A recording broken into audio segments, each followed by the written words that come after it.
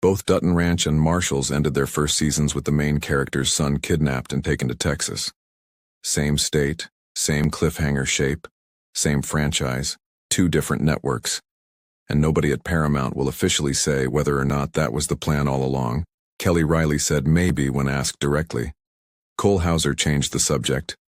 The Marshals showrunner said both shows are forging their own paths right now. So was it planned, or wasn't it?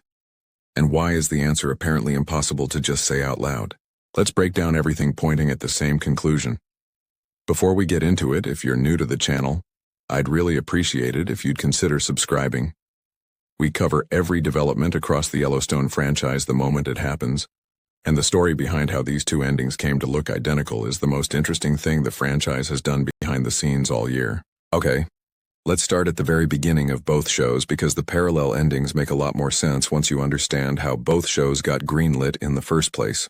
101 Studios CEO David Glasser was the executive most responsible for the expansion of the Yellowstone franchise beyond the original show. When the conversation about spin-offs began in earnest, he sat down with Spencer Hudnut, who would eventually become the Marshal showrunner, and asked him a very specific question. Would you rather watch a spin-off about Kayce Dutton or Beth Dutton? Not would you like a spin-off. Would you rather watch Kayce or Beth?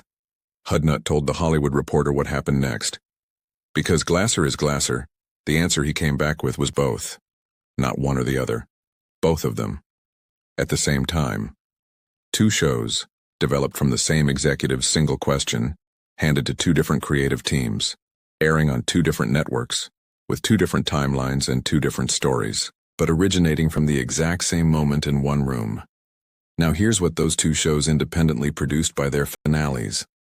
Marshals ended with Tom Weaver, the season's hidden villain, boarding a private jet to Texas with Kayce's son Tate, who believes he's going on a fishing trip. Kayce has no idea Tom is the person behind every attack on his team all season. Tate has no idea the man sitting next to him organized the ambush that left his father's closest colleagues under fire. Texas. Son taken by a villain. Father in the dark. Dutton Ranch ended with Mariano Reyes, the cartel boss operating the fentanyl pipeline underneath the Jackson family's cattle business, kidnapping Carter after failing to eliminate Beth and Rip through direct force. Mariano called Beth to tell her he has Carter. Beth and Rip didn't know where Carter was when it happened. He was at Wade's office, away from the protection of the ranch, and Mariano's men found him first. Texas. Son taken by a villain. Parents in the dark. The same cliffhanger, same geography, same franchise. Different networks. And when TV Insider asked Kelly Reilly directly, in a post-finale interview, whether the similar endings were coincidence or coordinated, she smiled. She said one word. Maybe. Hauser, sitting right beside her, didn't touch the question at all. He talked about how much he loves Luke Grimes. He talked about how they saw Luke in New York at the upfronts. He said if there's a way to do something special down the road, great. He never answered the question. Neither of them confirmed it, neither of them denied it.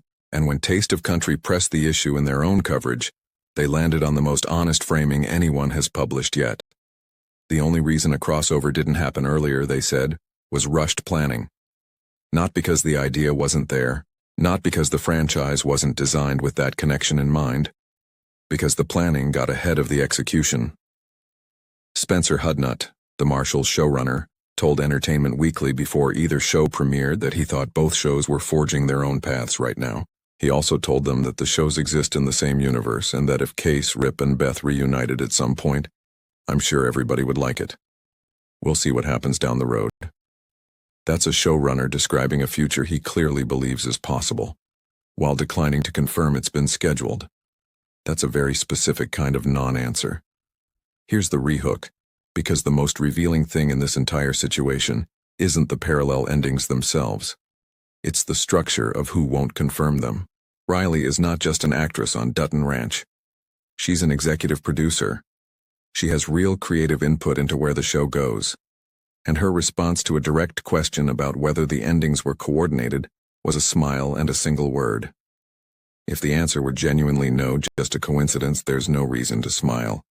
You say, of course not, it's a huge franchise. Parallel storylines happen naturally. If the answer were genuinely yes, Officially confirmed and cleared for public discussion? You say yes, absolutely. We've been building toward this.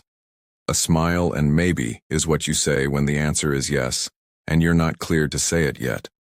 Hauser changing the subject entirely is what you do when the answer is yes and you've been specifically told not to confirm it. And a showrunner saying the shows are forging their own paths right now, with the word right now doing significant work in that sentence, is what you say when coordination exists in the future tense and hasn't been officially announced. Here's the honest version of the framework the franchise is operating inside. Both shows were born from the same executive's question in the same room. They were developed simultaneously. They aired the same year.